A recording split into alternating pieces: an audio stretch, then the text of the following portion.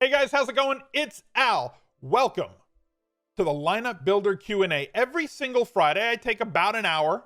Sometimes it's 45 minutes, depending on if they run out of questions. And I chat with the community here on Twitch. If you don't recognize that already, every one of these videos that I record is recorded live on Twitch. We're going to take a look at the week 1 slate. They're going to ask me questions. I'm going to help them build their lineups, help them sort out the plays at every different position, at every price point, strategy questions, bankroll management questions, cash games, tournaments, pricing, whatever.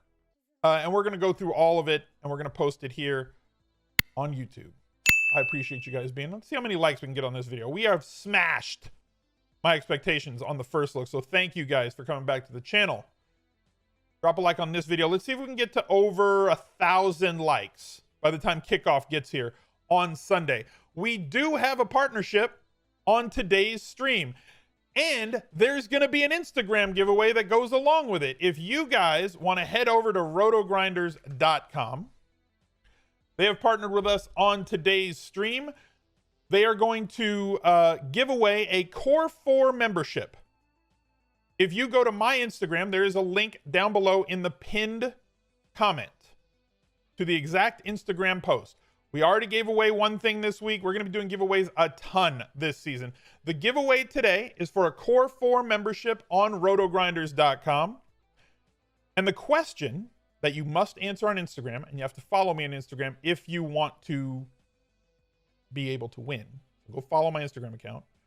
Since the year 2000, since the 2000 season, which rookie had the most targets in their rookie season? That's the trivia question. Head over to Instagram. Go check that out. Definitely drop a follow on me there. And be sure to answer that question there on the post that is linked below. And go check out rotogrinders.com. Use the link that's in the description down below. Click show more. rotogrinders.com/smizzlife. If you use that, it'll help out the channel. It'll help out the stream. I really appreciate you guys if you want to support. It's where I started. I used to do Grinders Live shows 6 days a week. And they're an absolutely fantastic company. Great lineup builder, their lineup HQ. And as a bonus, if you go to their lineup HQ this year, you will find my face with my best buys. You can go to their lineup HQ optimizer and click my name and see all of my best buys right there plugged into your optimizer, so you can see my favorite plays for every single week of play during NFL. So let's bring chat in, and you guys can ask me any questions that you want. Let's get to it. You guys just spam that Smiz smile emote every single time I go live. It's like clockwork.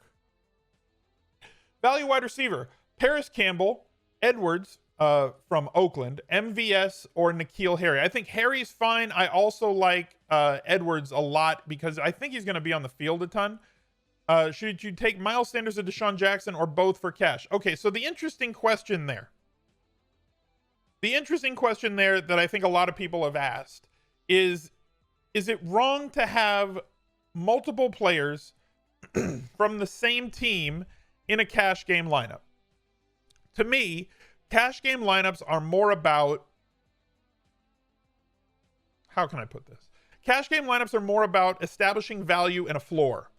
And players that have an access to a ceiling, especially if you're spending more than like sub 4K, I'm less concerned with ceiling games from the 3 to 4K guys on DraftKings, because they're just giving you more access to the 5K plus guys that will have access to a real 30 plus point ceiling. So when I'm building a cash game lineup, I want guys that can score touchdowns, but I'm more concerned with players that can get to whatever you determine as value, which on DraftKings, like without getting into the exact multiple, because I don't think it's an exact multiple for every price point, but essentially, especially in the mid-range, anything from like 4 to like 7K in that range is pretty close to a 3x multiplier.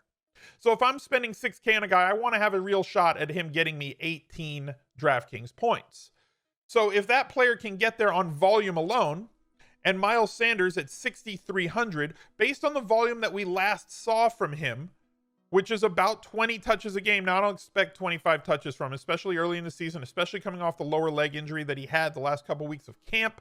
I'm expecting 18 to 20 touches, but I think he's still going to get 5 or 6 targets, which means 4 or 5 catches, and those are extremely valuable in DraftKings being full PPR. I think he can get you to that 18 DraftKings points without scoring a touchdown. So I think he's a very good value this week. Also at wide receiver, you mentioned Djax, who's only 4,900. Now we're going to have to find out if Jalen Rigor Targaryen is going to play and how much he's going to play with the shoulder injury that he had. He's practicing completely in full right now. So Djax looked like somebody who was going to get more targets than he normally would. And Ertz looked like somebody who was going to get more targets than they normally would because of the injuries and nobody was going to be there to catch passes. If Rigor is there, then all of a sudden, or is it Rager? God damn it. It's Rager. If he's there, Deshaun Jackson probably profiles as somebody to me that could get 6 targets. Do you think that Deshaun Jackson gets you 15 fantasy points without scoring a touchdown? The thing with Djax is he can get there once. You know, he can get there on one play. 53-yard touchdown. Immediately, you're in the profit zone. And I know that everybody's going with the anecdotal stuff. Well, week 1 and going up against Washington, and his week 1 before has been this match. Like, that's all anecdotal and doesn't really matter to me. Depending on how the Targaryen plays and how many snaps we can project that he's going to get, and how many targets you can project that he's going to get. If you think Djax is going to get 7 or 8 targets, I think he's a fine cash play. And yes, you can play both of them in the same cash game lineup because they both can get to value without scoring touchdowns. Bobby D says you won't play Deshaun in cash. I mean, if Jalen was still hurt, then yeah. When there isn't a solid run back for a stack, okay, so for those of you who don't know what that means is if you have a quarterback and a wide receiver, it's very popular to play a player from the other team because if your stack does well, then somebody in the other team is going to have to come back as well. So like think about if you played Mahomes and Watkins last night, if you played Fuller on the other side of that, one side of that stack does very well, and there's somebody in the other team that does well also. So running it back with a player on the opposite team of your stack is very popular correlation strategic play. Do I still force it or just relax that rule for the team? Example, Cam stacks with Dolphins wide receivers on a snap count possibly. I think that the Dolphins are in play. So if you got a Cam stack, and I don't think that Cam is necessarily somebody that you must stack. There are quarterbacks that I think you must stack and quarterbacks that I think you don't need to stack. So like I typically don't think you need to stack running quarterbacks that don't concentrate their targets on one guy. Concentrate meaning 25% of the targets going to one guy. So like Lamar Jackson, you don't have to stack Lamar Jackson. He eats fine just on his own. Cam, same sort of deal with Cam. And in the last, 15 wins that Cam Newton has, when his team has won, he has averaged 23.5 DraftKings points. So he's a standalone guy if you want him to be a standalone guy. If you want to pair him with Edelman or N'Keal Harry, fine, but I don't think you need to force that. I am not against bringing it back with somebody like Devontae Parker or Gesicki, or if you think that Williams is 100% back. Because Miami with Fitz at QB has definitely piled up points and did it both times against New England last year. Thoughts on Oakland wide receivers against terrible Carolina secondary? I mean, we're going to say terrible Carolina defense all year, and we're going to say terrible Raiders defense all year. Those are two things that we're going to attack. So let's take a look at the Las Vegas wideouts. Henry Ruggs, IMO. Everything here is IMO. Okay, guys, I've said this on stream. I think I've said it on a video so far, but like I'm going to be wrong about some stuff this year, right? I'm giving you my educated opinion as somebody who's been extremely successful at this game for almost a decade. But that does not mean I will be 100% accurate in predicting the future. Okay? So that's out of the way. So like, don't at me right after a game in the comments on YouTube for that video or on Twitter saying, you're wrong about a thing. You were wrong. Guys, he was wrong. Guys, check. Guys, look over here. He was wrong about this thing he said. I'm going to be wrong about some things. Okay? It's going to happen. So, Henry Ruggs. With the injuries that they have, Terrell Williams out for the year, I think that the 3 main wide receivers on this team are going to be very young. Ruggs, Edwards, and Renfro. I think will play the most at wide receiver. I think that their highest targeted pass catcher, however, and I could be wrong about this, is going to be Darren Waller. I think he'll lead the team in target percentage. So Henry Ruggs going to play inside and outside. He's going to play in the slot and he's going to play on the outside. They're going to move him around a lot. If they can scheme to get him the ball in space and he gets 6 or 7 targets a game, $5K is too cheap.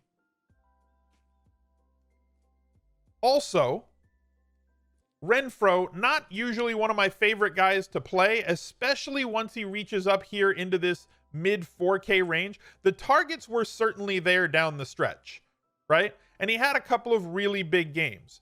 My issue is he had big games here because he actually had long plays that went for touchdowns. If we look at his profile of who he is as a player at this level, he's not the type of guy who can bust off large runs. He tends to catch the ball and fall down not many yards after the catch because athletically he does not get all that much space. He gets it because he runs great routes, but he's a sit down in a zone sort of guy. He's an option route sort of guy. And he doesn't really have the athleticism to break away from a tackle, the size to break away from a tackle. And he doesn't really have the speed to run away from people once he gets that separation. He gets the separation and the ball needs to be delivered and then he's tackled. If he was cheaper, I would like him here in week 1 because he's going to fall in terms of the target percentage, in my opinion, this year. If he stays up around 9, then I'm wrong. If he's still getting 8-9 targets a game, then I'm wrong, and he's great play at 4,500. I'm not seeing it, at least not right now. And the reason I'm not seeing it is because Bryan Edwards is going to get a lot of snaps this week. I've conservatively said 60% plus. So if you get a wide receiver, because it's impossible to score points when you're standing on the sideline holding your helmet, Edwards is going to be on the field as a result of this Terrell Williams injury. And yes, they do have other veteran wide receivers, but Edwards really impressed throughout camp. He's just going to play a ton of snaps. And if he's out there playing a ton of snaps, and Waller is going to get a lot of attention, and Ruggs is certainly going to get a lot of attention based on his explosiveness and speed and breakaway ability, every defense is going to target where he is. Edwards can fly under the radar and get you 6 targets a game and have the upside because of his big body around the red zone and in the end zone and his ability to break away from players. Now, the problem here is the price because of the unknown. I don't think he's going to carry a lot of percentage in tournaments this week, which makes him palatable. If you want to overweight the field, you can have like 12% and very likely get 4 times more of him in your allocations than the field is going to have. On FanDuel, he's like minimum salary. So if he was 3K on DK, he'd be like my favorite value play of the week, but he's not. 4,200 is a lot different in terms of expected value and paths to get there than minimum salary on DK. So like he needs like 9 fantasy points on FD to pay off, and he needs like 12 to 13 for me on DK. Much more difficult path to get there. He could end the day with like 3-4 catches for 55 yards. Is a very realistic outcome for what Edwards could end up with. So harder path to success. He's a boomer bust play for me, not a cash game value. Feel free to play him in tournaments. And as I said, you got guys like Aguilar, you got guys like Zay Jones. If they usurp snaps from those 3 young guys, I'm going to be upset. So that just kind of is what it is. I don't think that they play. Renfrow is a fall guy. Yeah, he's a jelly bean. Somebody please make him into one of the guys from Fall Guy for me, and I will retweet it immediately. One of you Photoshop wizards, please get to work on making Renfrow like the silver and black Fall Guy. Make that a thing for me. How do you go about your defense exposure in 150? Do I boost ones that I like, or do I force them with no more than 15 to 20% on any one defense? So my defensive philosophy is pretty simple, right? I like to focus on specific things. One, I don't really pay attention to the opponent's expected points, right? I don't know how else to put that. Like how many points I think the opponent, they're going to score 25 points, so I can't play that defense. That's irrelevant to me. I don't care how many points the other team scores. I care how fast the teams play and how many dropbacks I'm going to get. Yeah, you get 10 points if you get a shutout. But like, and that's great. Shutouts are awesome. But at the same time, you get points for sacks. A lot of sacks turn into fumbles or fumble opportunities. Sack fumbles or strip sacks have a high percentage of turning into a touchdown. That's where you win GPPs with defenses. So I tend to focus on teams that A, have a defensive line, offensive line mismatch, B, where the team with the bad offensive line is going to be dropping back a lot to pass because that gives me more opportunities for sacks and scoring, and also interceptions turn into pick sixes. So you don't want a team, like think back to like Mitch Trubisky's rookie year, right? Mitch Trubisky's rookie year, the Bears were throwing like 8 or 9 times a game. That's unacceptable. And people were playing defenses against them. Well, they're just not going to score. Yeah, but you have no shot at a 30-point fantasy day because they're going to throw it 9 times. He's dropping back 9 times. So there's no chance for upside there. So for me, like what I do with defenses, and let's take a look at the rotogrinders lineup HQ here. As I said, you can check out my best buys here. Right here, integrated into the thing. The first thing I'm going to do, and I wish that you could see this on the right side, but I've got the screen all kind of wonky right now. Let me do this. No, let me not do that. Damn it. Can I do this? No. I'm going to X out teams is the first thing I'm going to do, right? I really am just going to take teams out of this list and end up with like 4, maybe 5 defenses. I don't focus on a lot of defenses, right? So I'm just going to X teams out until I'm left with like 4 or 5, whoever they are, you know? And again, if you want to use the lineup HQ, you can click my best buys and it'll show you exactly who they are. I'm going to get my 4 or 5 and I'm going to go heavy on them because defense is going to be all spread out. And I don't want to have 1% of 30 defenses, you know, and like maybe 10% of this one or whatever. You know, I'm not going to say I'm going to take 5% of every defense. No, I want to focus. And I use a smaller player pool, so I always tend to focus on a few. X them out. Make sure you've only got exposure to the ones that you want at different price points so that the optimizer will sprinkle them through. And that's kind of how I focus on defense. I want to focus on pressure. I want to focus on dropbacks of the opponent's team. And I don't completely ignore how many points the opponents are going to score, but it's like the last thing that I look at. So my first advice to you would be just erase everybody except for the ones that you want. Just don't let the opto use them. You want to use an optimizer, Young Guns? There are links down below on Twitch, right below. You can get a discount on most of the optimizers that have partnered with the stream. And if you're watching on YouTube, right down below, click show more in the description. List of discounts right in there to a bunch of different places. Thoughts on Damiere Byrd? I have not thought about Damiere Byrd. That's somebody that I'll probably have an answer for you on Sunday morning after we have all the inactives and everything. I don't really have... We try to keep the individual or this player or that player questions for the Sunday morning Anti-Tinkercast where I'm live on twitch.tv/al_smizzle. 45 minutes right before kickoff. That's where we answer all those questions. Thompson and Gibson, too thin together, opens up all the studs you want. What we saw on the zero RB approach, I think it's fine for a tournament. It's not something I would ever play in cash, right? You're just hoping that Thompson and Gibson can get you 30 points, right? If that combo gets you 30 DraftKings points and your wide receivers all score 25, 30 plus, you got it. In GPPs, what are my thoughts on being significantly underweight on CMC, especially at 35% ownership in that price? I'm fine with it. One player never wins you a GPP. Okay? One player never wins you a GPP. There are certain times where you must have that one player, right? Like the weeks that Will Fuller put up like 50-something fantasy points, and that's really, really rare. You had to have him to win. But because you have him does not mean that you win. You also have to hit every other spot, right? So I would say the meat of the bell curve for Christian McCaffrey this week probably falls between 22 and 33 fantasy points, right? That's the meat of the bell curve. He's an amazing player. He's priced right where he should be, right? He averaged 31 last year. Fine. You want to say he scores 25 to 35? Fine. You want to change that range? Fine.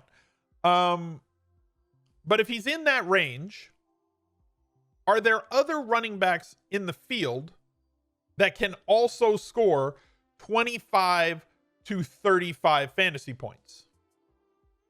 And the answer is yes.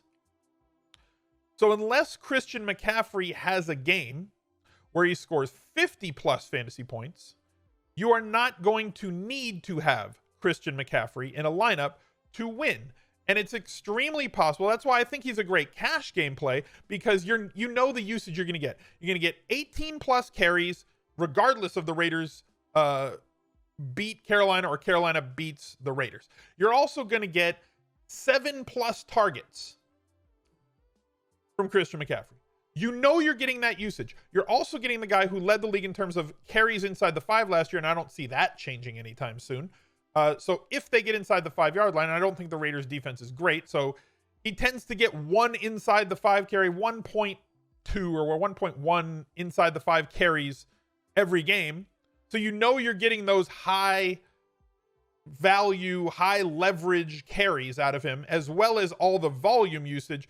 Everything he did last year is sustainable. So for cash games, I definitely think that he is a great place to start and let everybody else figure out where they're going to go. Because like Dalvin Cook, fantastic player, average 10 points a game less. He has games where he gets, 12, 13 fantasy points. You don't see that very often from CMC. But he has that ceiling that reaches up to where CMC averages. Same thing goes for Alvin Kamara. Has games where he can get up to that ceiling, 29 points, 22 points. But he has games he gets 11, 13, 12, 7. You don't see that from Christian McCaffrey. So Christian McCaffrey has this fantastic floor-ceiling combination. Every other running back on the slate has a ceiling similar to Christian McCaffrey. So, I don't think you need McCaffrey to win a GPP.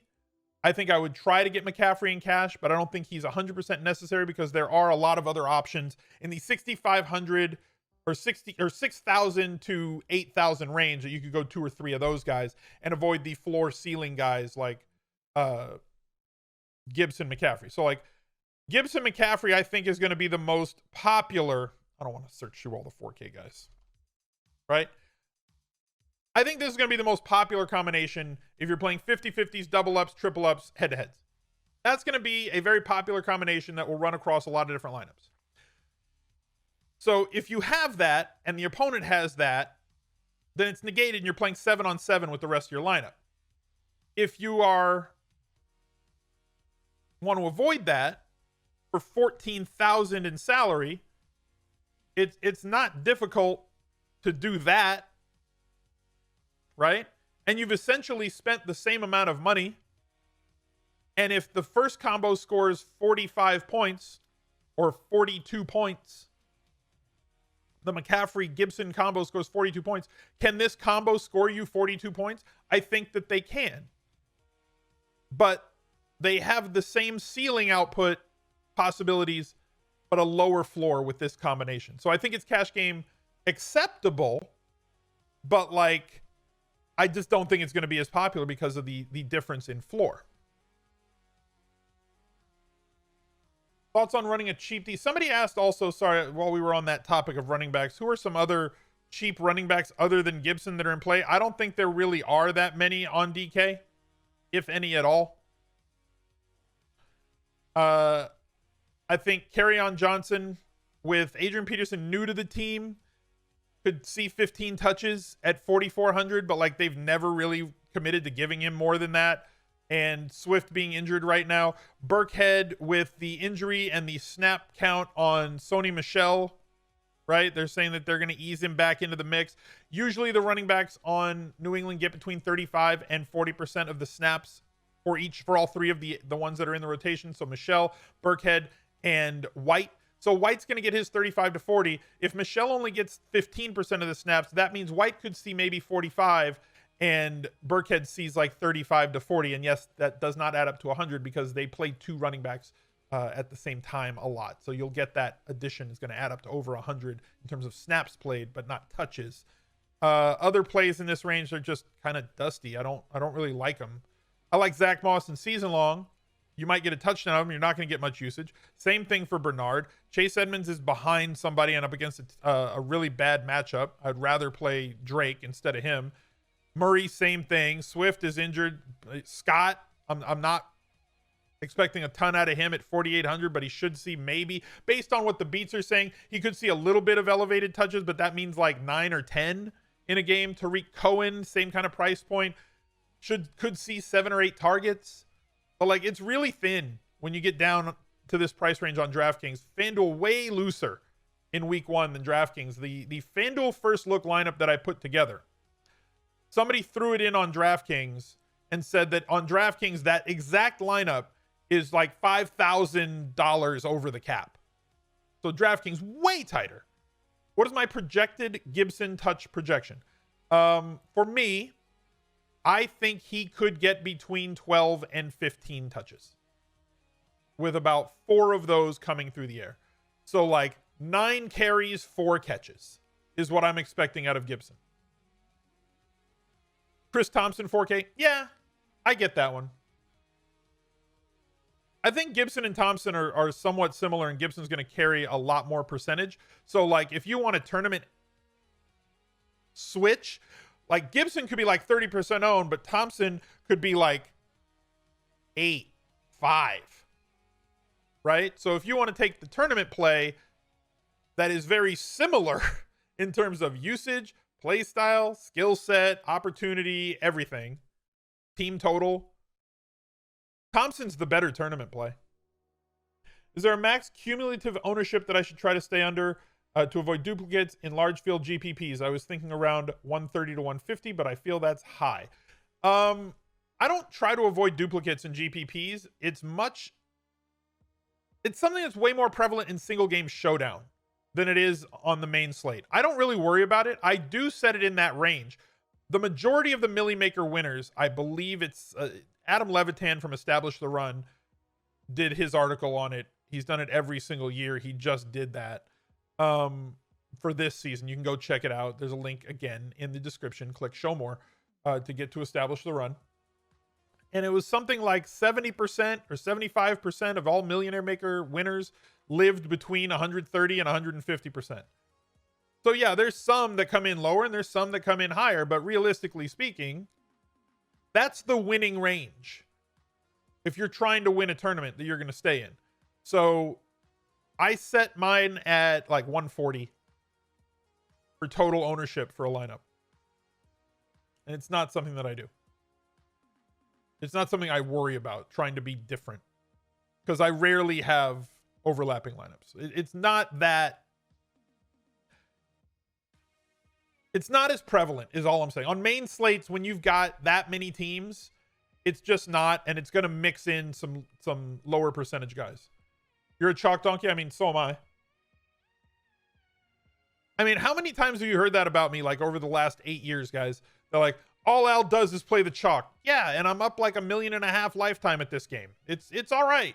You know, like, people look at it like you're bad. You know? Oh, all he does is play the obvious plays. Yeah, and I win. Over a long sample size, I win a lot.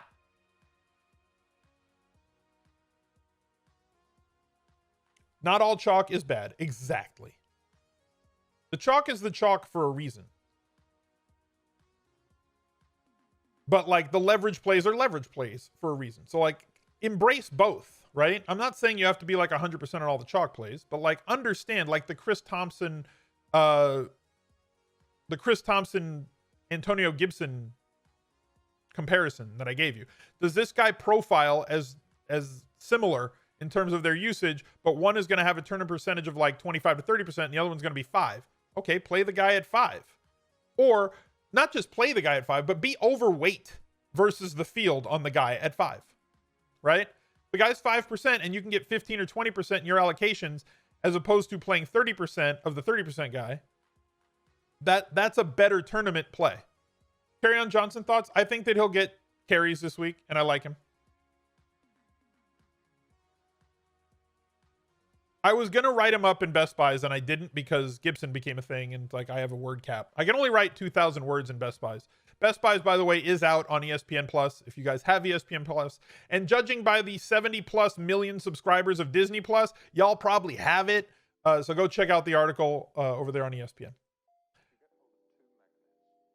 You're putting 150 lineups in the $5 game on DraftKings, going against 1 million people. What strategies would you have to implement to get away from the crowd?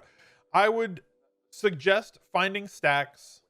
I would suggest playing players that come back in those stacks. Like if you're playing a Carson Wentz stack with one of his pass catchers, pick somebody on Washington.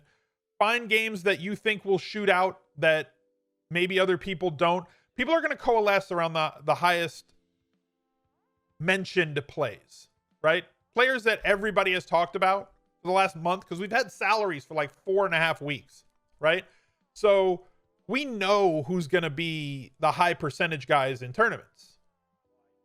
I'm not saying totally avoid those guys, but find somebody else like them and build that way. Find out where everybody's going to spend money and then do the opposite. So if everybody's spending money on running backs, if everybody's spending 24K on running backs this week, that's where half of their salary cap is going on DK. Build some lineups where you only spend 17K on running backs. If it's a value, and this is not specific to week one, if it's a value running back week, if there's two guys that are like between 4 and 5K that everybody is going to be on, and it's going to keep people to like under 20K in their total running back spend, spend 24, 25K on your running backs.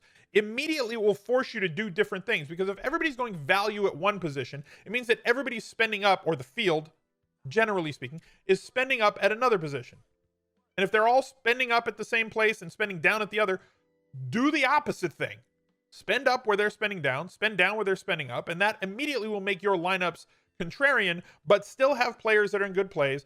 Definitely correlate your lineups with one another. Something we've talked about a ton.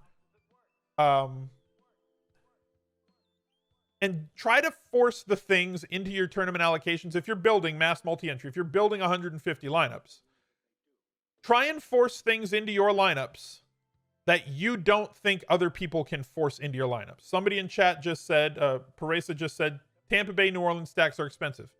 Okay, so build some. Because most people aren't going to do that because they're tough to build, and you look at that line and be like, I'm not comfortable with that. You should be uncomfortable with some of your tournament lineups if you're building 150. And like the easiest way to explain it that I've found to explain it is, if you can find a point target for a player, right? We talked about Chris Thompson. I keep going back to him because I don't think he's going to have a high percentage in tournaments. So if you think Chris Thompson, and I'm not trying to tell y'all play Chris Thompson, right? I'm just using him as an example. I mean, you could call him Johnny Widget. It doesn't matter to me, right? So if Johnny Widget is 4K and going to be about 5% in tournaments, but you think that there is a 10% chance, a 1 in 10, that he could score 15 plus fantasy points. And you do your bell curve for his entire game outcomes. And if 10% of the time he's going to score you over 15 points at 4K, you should be massively overweighting the field on Johnny Widget at 4K and 5%. So for me, it's what percent chance do I think Johnny Widget, and I'm just using this because I don't want people to say, you said to play Chris Thompson. No. So if Johnny Widget has a greater than percent chance than the people that roster him of getting to that point target, then I'm going to try to massively overweight the field 2x, 3x, 4x, 5x the field on whatever his percentage is projected to be in tournaments. I hope that makes sense. And I hope that y'all get that, because that is the way you leverage the field. What about Scotty Miller and Cash? I mean, we don't know about Evans yet. Huckleberry says he's creating Johnny Widget in Madden tonight. I wonder if anybody else is going to do that. I'm going to see some Madden screenshots, aren't I? Before Sunday. Johnny Widget, running back. So I think Burrow in cash game viable in his first ever game. Probably not for me. I think that there's other quarterbacks that I would rather target in week 1 if I'm playing 50-50s and double ups. I think Burrow is going to be good, but he's a low floor, high ceiling candidate for me here. The Chargers play slow. I don't think they're going to play faster than they did with Phil Rivers. They played slow with Phil Rivers. Now they got Tyrod Taylor. I think they're going to try and deflate the ball and play real slow, which means less snaps, which means less opportunities for Burrow. He can run it, which is something that Dalton could do before him, so we know that that's something that is in his locker. And he definitely has all of his targets, at least for now, with A.J. Green there and Boyd still there and Ross for deep opportunities. And I know that he can fling it. And Mixon's going to move the ball. I would just rather be up in this range. I'd rather play Cam Newton at 6,100, same kind of price range. I'd rather play Stafford going up against Chicago. And now we've got news that on Friday, Kenny Golladay he was not practicing. He may not play this weekend, which is going to make Marvin Jones really a thing at wide receiver if that's the case and Golladay is out. It's also going to make his tight end Hawkinson more of a thing. I'd rather go with Wentz going against Washington with all of their targets there. If the Targaryen comes back, Djax is there, which always improves the quarterback. If Djax is there, Wentz is in play for me every week. Any week where Djax is healthy and like not on the injury report and no risk at all, games where Djax plays historically, he has improved the efficiency of every quarterback that he has ever played with. More yards per attempt, higher completion percentage, better rating, more touchdowns per game, more yards per game, right? Djax affects quarterbacks, which affects everybody else around them because quarterbacks don't rely on volume for fantasy points. Quarterbacks rely on efficiency for fantasy points, and no wide receiver since Randy Moss has improved the efficiency of every quarterback that he's played with like Djax. And I would argue that maybe Tyreek Hill is in that same boat. But he's only played with one quarter. Well, he's played with 2 quarterbacks. He's played with 2. What is the hesitation with Will Disley at low percentage? What are you missing? I mean, nothing. It's like, here's the thing. I've said this a million times in the last decade. The best time to be contrarian in daily fantasy is the first month of the season. My personal hesitation with Will Disley, he had an Achilles last year, and they signed a tight end in front of him. So maybe he falls into the end zone. So, like, that's my hesitation. But, like, if you're saying for tournaments, nobody's going to be on him, I think he can get a touchdown, but like he might get 2 catches and maybe one of them is a touchdown. But like that doesn't make you win a tournament. That's like, hey, I got lucky from my perspective. I'd rather get guys who are going to play, like in Discord every week, I post a tight end sheet where we look at how many snaps did the tight ends play?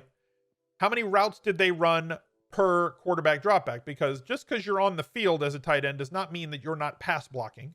So we want tight ends who are on the field a lot and run a high percentage of routes per drop back.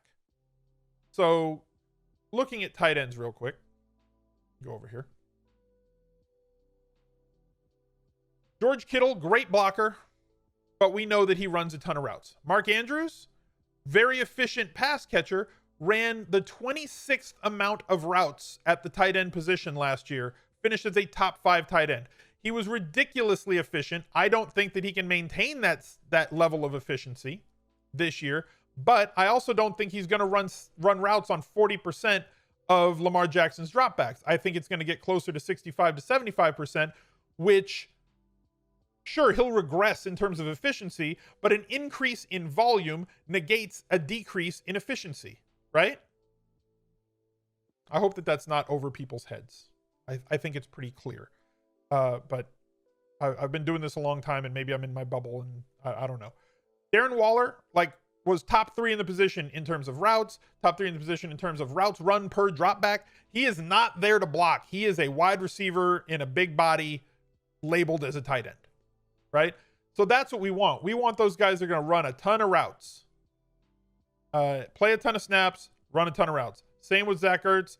He's not out there to block. He's there to run routes and catch passes.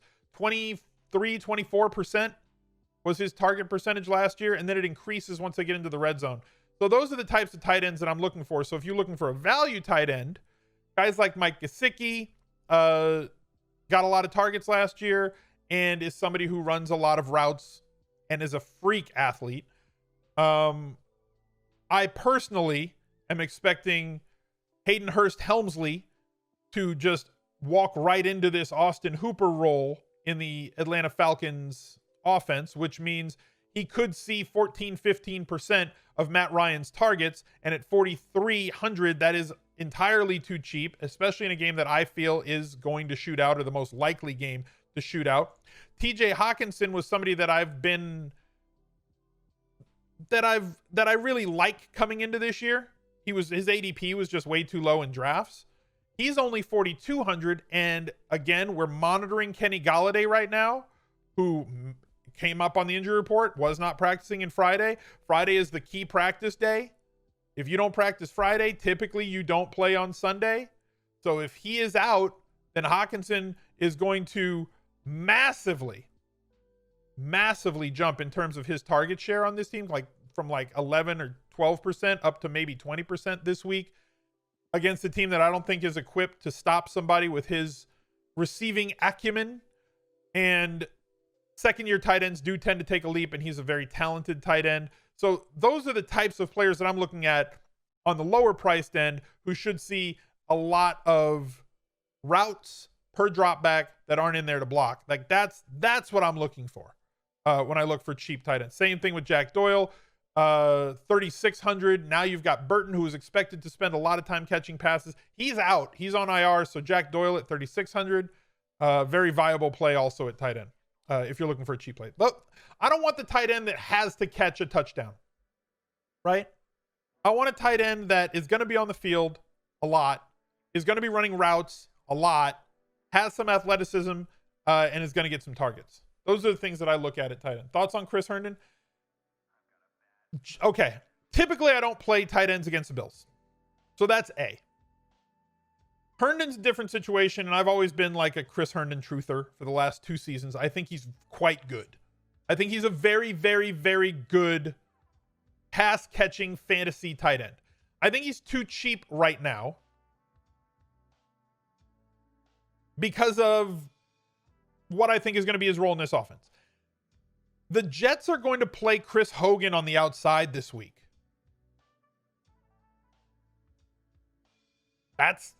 He's not getting 9 targets. Perriman's going to be on the outside this week. I assume he's going to draw Tre'Davious. That's not good, right? I don't fade most cornerback wide receiver matchups either. We've discussed this all week with McLaurin versus Slay, right? People love names at cornerback. It's like they don't look at what the quarterback or the cornerback was doing. Is Slay a massive improvement over what Philly has had the last couple of seasons? Yes. Is Darius Slay still a shutdown corner? I don't know. Terry McLaurin ran against him last year, didn't have his best game of the season, but they still threw him the ball 11 times. So no, I'm not fading McLaurin against Slay, but I am going to probably fade Perriman going up against Tre'Davious White, because Tre'Davious White is way better than is Perriman. So that leaves me 3 possible pass catching targets on the Jets this week against the Bills. And I don't think that there's very much touchdown upside for any of them because of the Bills defense. That leaves Herndon, that leaves Le'Veon Bell, and that leaves Jamison Crowder, who can't play outside and can only play inside, really. So yeah. I think Herndon is a low % chance at upside play with a solid floor, right? Solid floor, not a ton of upside. I don't see a possibility for a 2 touchdown game from Chris Herndon this week.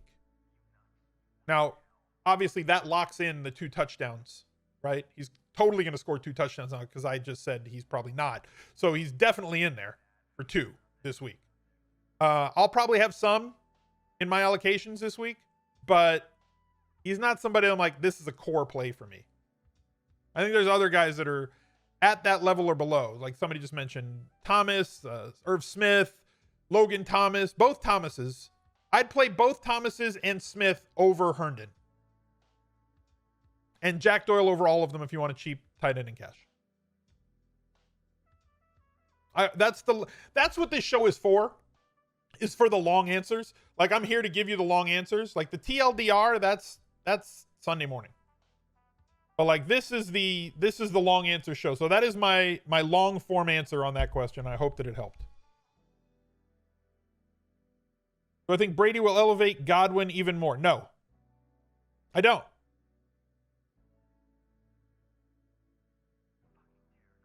Wide receivers elevate because of volume and opportunity.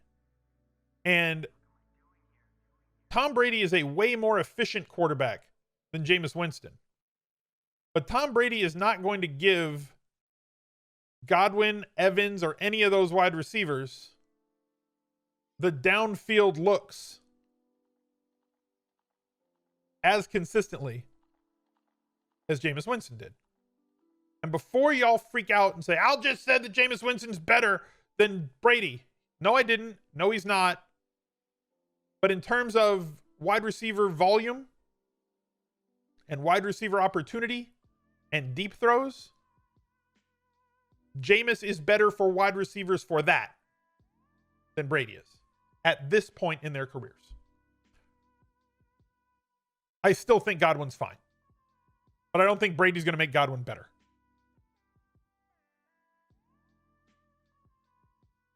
How do I target 3-max? Use my favorite plays or favorite stacks or cash game style? So I enter 3 lineups every week in the 3-max games. I enter my cash game lineup. Usually my cash game lineup has one spot that's a little bit contrarian. So I've never had a problem entering in tournaments, and my cash game lineup has taken down tournaments before, especially 3-max tournaments. I then build a secondary lineup, which we call a leagues lineup, which is usually focused on smaller field or smaller entry cap levels, where I'm focusing a little bit more on correlation. But still has high floor, high ceiling plays in it. And then my third lineup is one where I try to go completely off the reservation, and it's either a complete game stack where I've got a quarterback, 2 pass catchers, and 2 guys bring it back on the other side, and maybe a secondary stack in there, or where I'm trying to do what I mentioned earlier, where if everybody's on value plays at running back, I'm going to spend up at running back. I'm going to just build a contrarian lineup that's going to maybe be less than 100% total, in tournaments, right? Do I like Miller if Evans is out? Well, yeah. The NFL is very much a next man up league.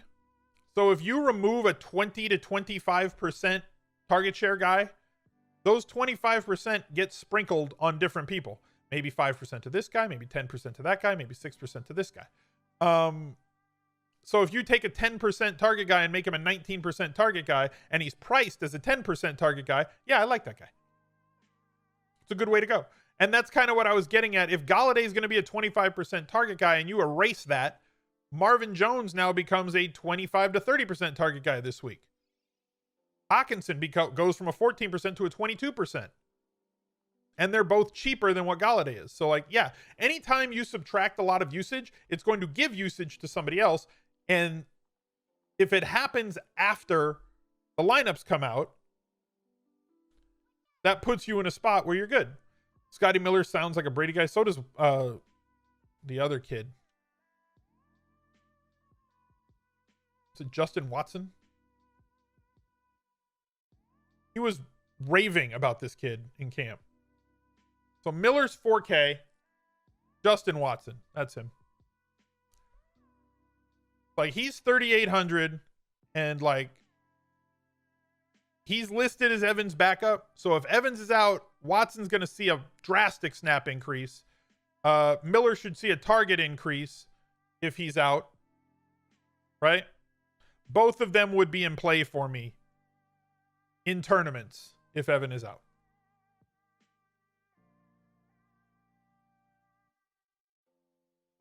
And we're gonna look hard at this. Like, every single week this year. I think there's going to be more soft tissue injuries. I'm not alone. This is not like me saying, oh, I'm the one that came up with it. No, like there's going to be a lot more soft tissue injuries, especially early in this season, than most seasons. We're already seeing it. If you look at the guys, again, Adam tweeted out guys that we're looking at right now in terms of who's got injuries that we're tracking. And it's like ribs, hammy, ribs, hammy, groin, hammy, shoulder, hammy, ribs, hammy. Right? Everybody's got hamstrings right now. And they all hurt.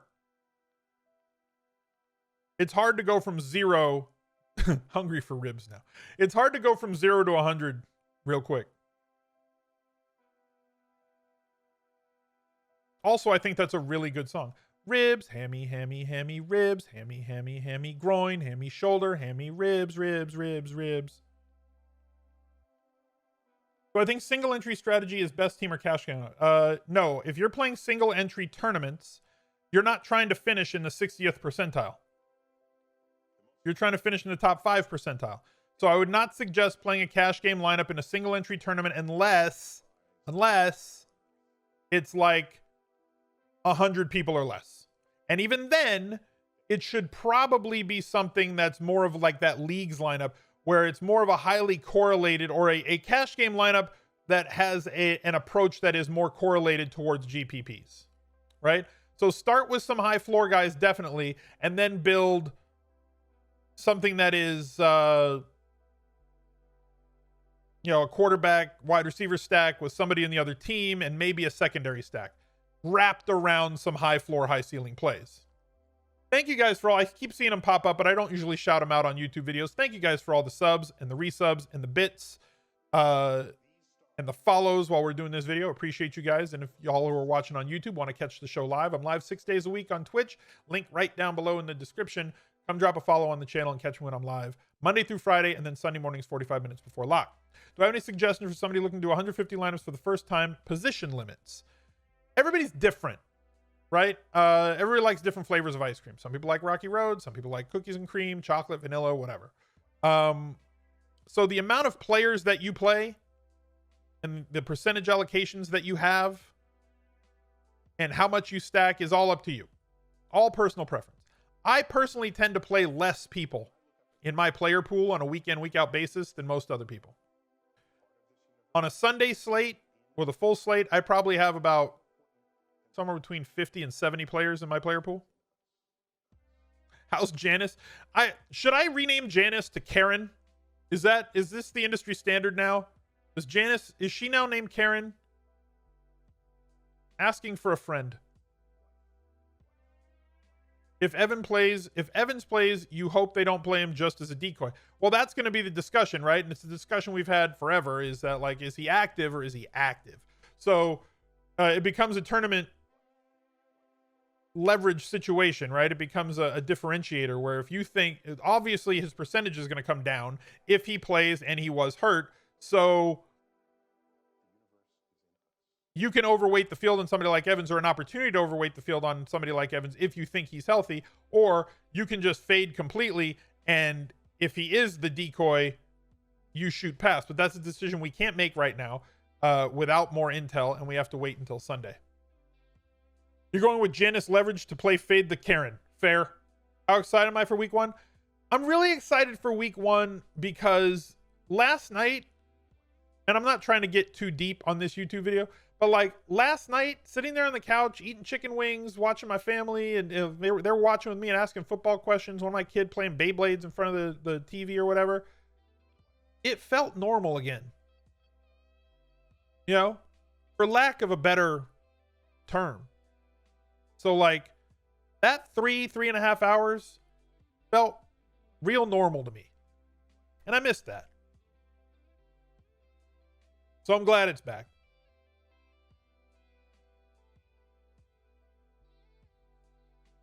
Beyblades are still a thing. Oh my God. In this house, it's nonstop. Like usually it's you try to get your kids to get off of the screens, you know, put down your iPad, put down the Switch, no more video games, turn off Netflix, whatever. My kids, can you stop spinning the damn Beyblades? It's constant. It never stops. Let it rip. Buzz. Oh, God, I hate that noise. Ask me more football questions, though. No more Beyblade talk. It's not a Beyblade video.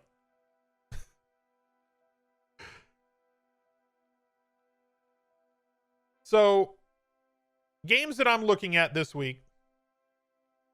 Tampa Bay, New Orleans. Obviously, one of the later games. Arizona, San Francisco. I don't think you're going to catch a lot of percentage on that one. I think that there's some plays on Arizona that we should be focusing on in tournaments. Guys like Drake, maybe Hopkins, Kyler stacks. Kyler did put up a couple of good games against San Francisco last year.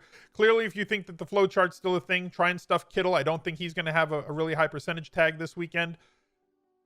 Because of all the other value plays that are cheaper and how tight DraftKings is, I think on FanDuel you'll be able to roster them a lot easier than you will over here on DraftKings.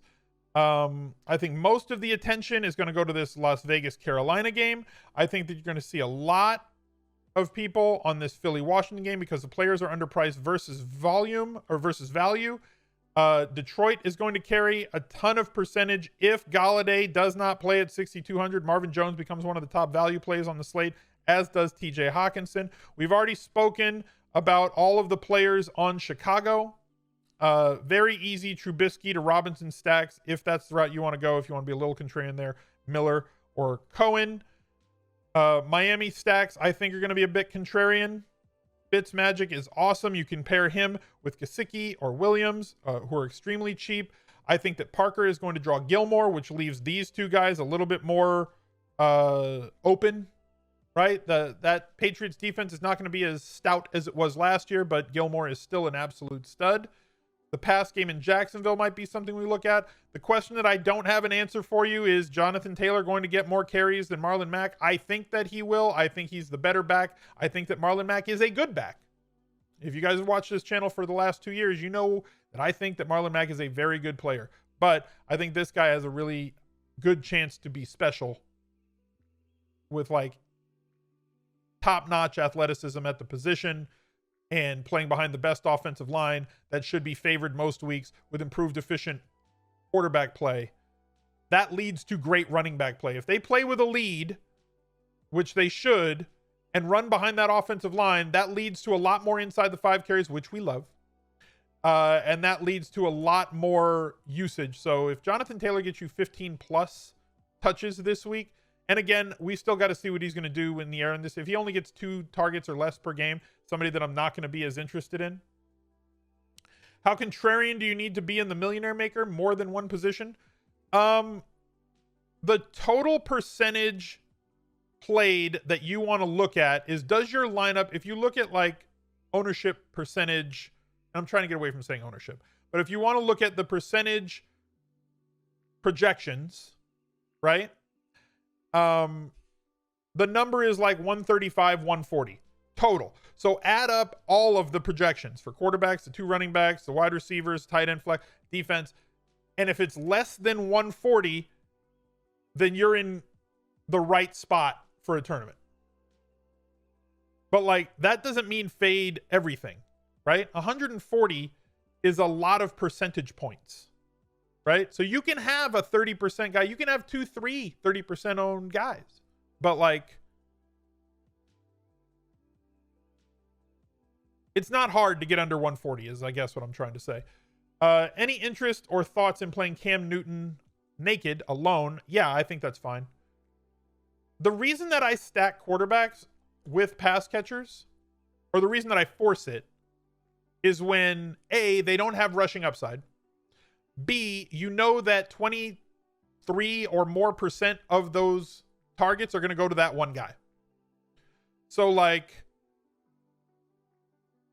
Matt Ryan to Julio Jones is a great stack because you know that a lot of stuff's going to, now you can go with a contrarian stack because obviously less % of his targets are going to go to Ridley. And then even further, less of his throws are going to go to somebody like Hurst. But all of those 3 are going to be where the majority of the targets go. So as long as you can consolidate the majority of those targets to 2 or 3 guys, that's where we want to stack. I'm not looking to stack Matt Ryan with like their 5th or 6th guy You know, I'm not, you know what? I'm going to play Ryan and I'm going to stack him with Laquan Treadwell. Because if he catches 2 touchdowns, I'm going to be the only person in the tournament that has that stack. Why do I need to stack Ryan with him? You know, it's not a thing that you need to do. But like, if Julio Jones has a big day, if he goes for 150 and 2, if Mount St. Julio erupts, then clearly Matt Ryan is going to have a 300-yard day, and Matt Ryan does have a lot of 300-yard days. That's always in play for him. And it's going to go to Julio Jones, or it's probably going to go to Ridley. Maybe you get one that goes to him. So like, when you're playing somebody like Cam Newton, where are the majority of his targets going to go this year? Right? Maybe 8-9 of them to James White. Maybe. Right? Most weeks you don't get 8-9. Most weeks you get 5-7. Edelman, they're going to go there. How many targets can you count on from Julian Edelman? And how much big playability is there for Julian Edelman? Same with N'Keal Harry. How many targets is he going to get? So figure out how many times you think your quarterback is going to throw the ball. And then figure out how many of those targets are going to go to each guy. And if you got a wide receiver that's going to get 10 plus targets and has a very high touchdown expectation, and if he has a big day, then the quarterback's going to have a big day, or vice versa. If the quarterback has a big day, then it's very likely that that pass catcher also has a very big day. That's where I want to stack. Guys like Cam Newton, I don't need to do that. Lamar Jackson, also a little bit in that boat. Watson, I would want to stack pretty much. I'm going to stack Watson every week with Fuller. Right? If Fuller maintains 26 to 30% of that market share of targets for Houston, every week that you play Deshaun Watson, you're going to want to have stacks. So that's kind of it. Guys, I appreciate you being here. Thank you very much. Click on that rotogrinders link down in the description down below. Even if you're not going to subscribe to rotogrinders, give me a click on that link. It shows them that you appreciated this video. Definitely go click the link to Instagram and join the free giveaway for a Core 4 membership over on rotogrinders. I want to thank them for partnering with the stream and partnering with the videos here on Fridays. It's going to be a thing moving forward every Friday, and we're going to see if we can do more giveaways on Instagram all year long. I wish you guys the best of luck. I'll see you on Twitch 45 minutes before kickoff. Bye. He's a legend.